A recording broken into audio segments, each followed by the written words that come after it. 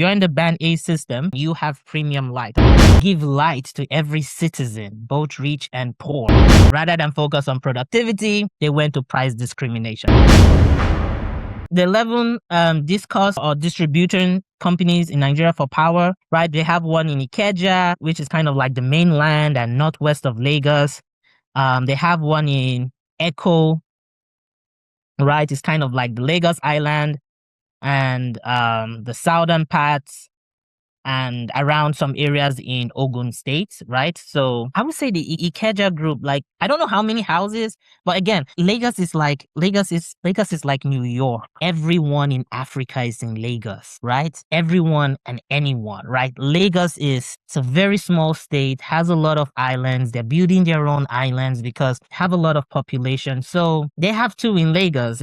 Everything happens in Lagos, except for policy making and the politicians when they live in Abuja. But in terms of trade, you're talking about Lagos and you're talking about Onitsha, right? Two good places. So I'm keeping my fingers crossed. Hopefully, they have a power distribution in Onitsha. And if they don't, that is going to be painful. And then they have Abuja, of course. If FCT doesn't have one, who would have one, right? It's the capital, right? It's one of the major cities in Africa. Whenever they're talking about cities in Africa and representing of Africa, Abuja has to come in. So, right, the Abuja Distribution Center covers Kogi, Nasarawa, and Niger State. We have the Ibadan. Ibadan covers Oyo, Ogun, Osun, Kwara. You see, Kwara is a state. Ekiti is a state. No, it's not Ekiti. It's Kogi. Kogi is a state, right? Let's keep going. They have the Enugu, and the Enugu covers Enugu State, Abia, and Anambra. Anambra is where Onitsha is, so I'm kind of like sad that Anambra does. Like, again, you need to go to Onitsha Market or Google Onitsha Market. It's a huge market hub. Like, we have Lagos going on their own, then we have Onitsha going on its own, then we have Aba, which really doesn't have a lot going on other than they make the policies and everything good goes to Abuja. So I'm not lobbying against Abuja. Abuja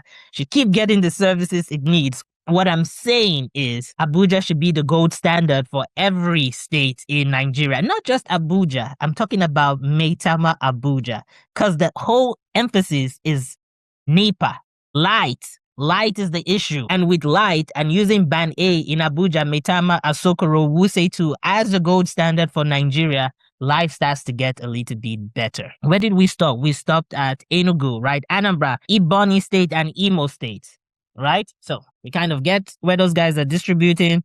I'm going to go with Port Harcourt. They have the distribution center in Port Harcourt. It covers Rivers, Cross River, Bayelsa, and then we have Kaduna. Kaduna covers Kaduna, Jigawa. See, Jigawa is a state. Nobody wakes up one day and like, how is NEPA in Jigawa? And then Castina. We spoke about Castina earlier on, right? We know these guys, right? We have Kaduna Distribution Center. We have KB. We have Zamfara. You see, Zamfara. When last did you ever have a conversation and we're like, you know what? I passed through Zamfara and Zamfara has good lights. I know the capital of Zamfara, you guys are going to be like, it has light. Again, think about the Band E areas, not emphasizing the Band A. We know in Zamfara, you're going to have some Band A people having the time of their life. Of course, talking about the Band E, justice for one is justice for all. Remember the whole point. I'm not saying the whole country is bad. What I am saying is the gold standard of Band A should be given to every citizen of the nation, including the immigrants in Lagos. They're just trying to make a living down there. Like, Lagos is a real hustler's town. If you can make it in Lagos, you can make it anywhere in Africa. Just like if you can make it in New York, you will be fine in the United States. If you can survive New York, you can survive anything. Trust me on that, right? Then they have Jos. Jos covers Plateau, Bauchi, Benue, and Gombe. And then they have Yola. You see, Yola? Like, when last did you have a conversation and you spoke about Yola? Yola covers Taraba, Brno, Adamawa. When last did you have a conversation and we're like, you know what? I'm traveling to Adamawa. I'm not talking about people that live in Adamawa or you're from Adamawa. Of course, you're going to say you're going home. Where are you going to go to? I'm talking about people in Lagos, people in Onitsha, people in Aba, and people in Abuja, except for your Congress people and your senators and maybe your vice president, because the president is from Lagos, right? He's from Lagos. So what's the critical argument about the SBT, right? The critical argument is the provision of social contracts. right? The government primary duties, right? Any government primary duties, right? This is kind of the conversations they have. Every government primary duty is to provide universal amenities, not discriminatory amenities by race or by income in terms of this invisible apartheid happening, right? We're just talking about basic amenities, equal amenities to every single citizen in a nation, right? Telling lower income citizens to go to a place that have 4 hours of light a day. Cerebus paribus. Yeah, they pay taxes. That's not a good thing. The second anchor of the argument of why we're calling this an invisible economic apartheid is the institutionalization of poverty. Wow, that almost got my tongue rolling, right? Linking power as a feeder creation, right? So this is going to be an institutionalization of poverty. If you're in the Ban E area, you have no access to light. You have no access to opportunity. You don't know how civilization is moving. Matter of fact, how many businesses or how many individuals, like speaking to you, the viewers right now, that have said, I want to start a business and I want to open a store. And you have the capital. Cerebus paribus. Capital is not a problem. And the first place you think of is, you know what?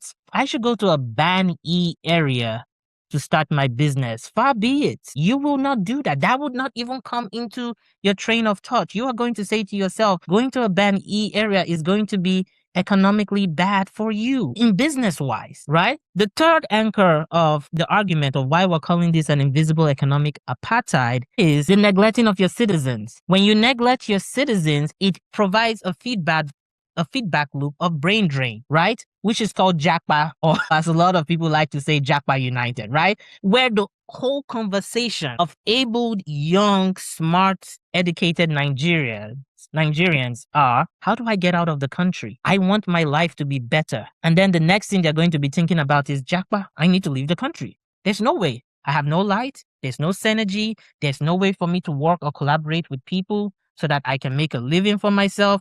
I will go to a country where some basic amenities are afforded to me. So for example, and the African countries, they jackpot too, right? It creates this jackpot mentality. Not for or against jackpot. I know what you guys are saying, and don't you dare say it. It creates the jackpot mentality of trying to leave the country to a different country and start a new life. And then the most important is the global perception of the nation, right? It's safe to say that Nigeria has been going through an identity crisis since the Goodluck Jonathan administration, in the sense whereby they say there's insecurity and there's so much other things going on in the nation, right? The global perception is being destroyed. So fixing this or correcting this broken, invisible apartheid system helps to solve these 4 anchor problems that the country is facing currently, right? And this is not just me. I'm not the only one calling this an apartheid, right? Prominent critics, right? Rationing of human rights, right? According to the Nigerian constitution, right? Basic amenities should be afforded to their citizens, right? Graphical separation, according to the Nigerian Constitution of 1999, right? All Nigerians should be seen as equal under the law, right? Infrastructure and public services, right? According to that same constitution, the government agreed to give equal amenities to everyone in the nation. So a particular sector like NEPA, we are not forgetting about you, Ninetel. The millennial generation would forever remember NEPA and Ninetel for the trauma you gave us. But today we'll focus on NEPA. Forget about Ninetel, right?